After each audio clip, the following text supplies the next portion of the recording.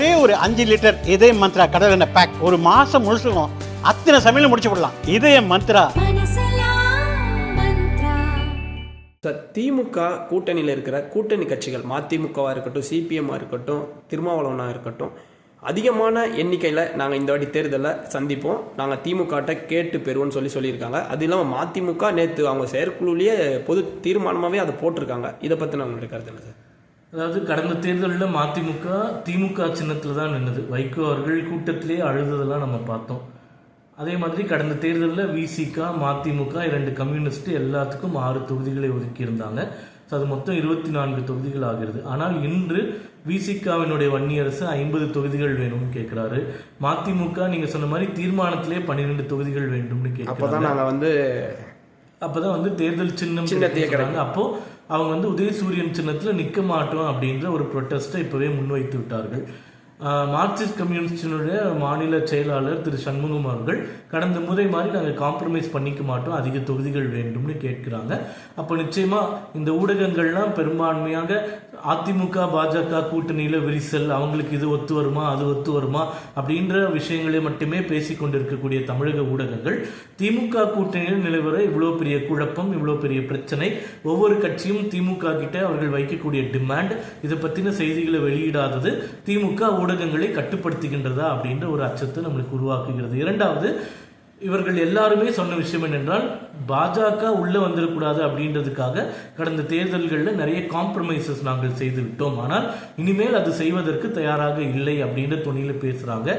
ஒருவேளை திமுக கூட்டணியில் இவர்கள் எதிர்பார்க்கக்கூடிய இடங்கள் கிடைக்கவில்லை என்றால் அவர்களுக்கு நிறைய வாய்ப்புகள் இன்னைக்கு இருக்கு. உதாரணமாக விஜய் கட்சியோட போய் கூட்டணியில் வைக்கலாம். அப்போது திமுக கடந்த முறை போட்டியிட்ட மாதிரி 173 தொகுதிகளில் போட்டியிட முடியாது அப்படின்றது ஊர்ஜிதமாகிறது.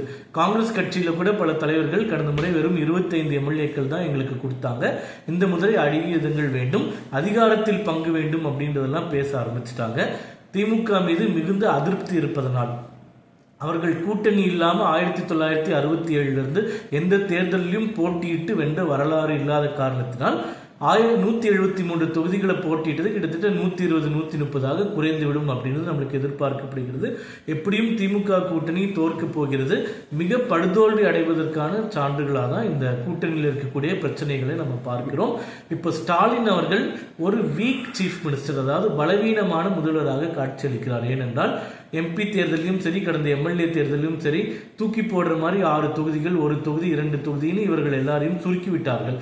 இதற்கு மேலும் அவர்கள் இதை வைத்து அடிமைத்தனத்தில் செல்வதற்கு தயாராக இல்லை. அவர்களுடைய உரிமைகளை தைரியமாக திமுக ஸ்டாலின் கிட்ட கேட்கிறார்கள் என்றால், அதுவும் திமுக கிட்ட போய் ஒரு அபிஷியல் டாக் பண்ணாம ஊடகத்திலே இந்த விஷயங்களை வெகுவாக பேச தொடங்கிவிட்டதால் திமுக வலுவிழந்து வருகிறது அப்படின்றது தான் இந்த காற்று தான் நாங்கள் பார்க்குறோம். நேற்று அதிமுக முன்னாள் அமைச்சர்களே வந்து மாநாட்டில் உட்காந்துருக்காங்க, ரொம்ப ஒருங்கிணைப்பாக இருக்காங்க. இப்போது பத்திரிகையால் இருக்கட்டும், மற்ற செய்திகள்லாம் அதிமுக பிஜேபி உடன்பாடு இல்லாமல் இருக்காங்க அப்படின்னு சொல்லி ஒரு பேச்சு வந்தது. இப்போ ரொம்ப இணக்கமாயிட்டாங்களா சார்? எப்படி சார் இருக்கு தேர்தலுக்காக? அதாவது அமித்ஷா அவர்கள் எப்போ கூட்டணி அறிவிச்சாரோ அப்போலேருந்தே வந்து இதற்கான முன்னெடுப்புகளை நாங்கள் எடுத்துட்டு தான் இருக்கோம்.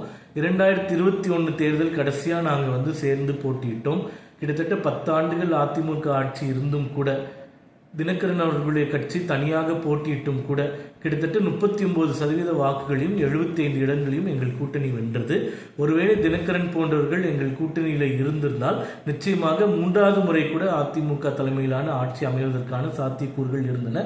இப்போ இந்த 5 ஆண்டுகளில் திமுக ஆட்சி மிக மோசமாக, அவர்கள் கொடுத்த எந்த வாக்குறுதியும் நிறைவேறாமல் மக்கள் மிகுந்த கோபத்தில் இருப்பதனால் நிச்சயமாக இந்த கூட்டணி 2026 தேர்தலில் வெற்றி பெற்று பெரும்பான்மையோடு ஆட்சி அமைக்கும் அப்படின்றதுல எங்களுக்கு எந்த மாற்று கருத்தும் இல்லை.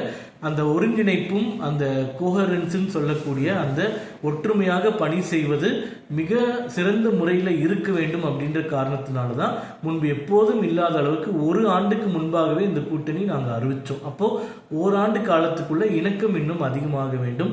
எங்களுடைய அமித்ஷா அவர்கள் சொன்ன மாதிரி அதிமுகவினருடன் ஒருங்கிணைந்து பணி செய்ய வேண்டும்னு சொல்லியிருக்காங்க.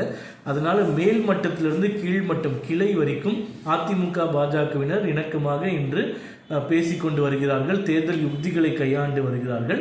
நிச்சயமாக தேர்தல் வரும்போது மிக இணக்கமாக இன்னும் பல கட்சிகள் எங்கள் கூட்டணியில் சேர இருக்கிறாங்க. நாங்கள் எல்லாருமே சேர்ந்து திமுக கூட்டணியை வீட்டுக்கு அனுப்ப போவது உறுதி.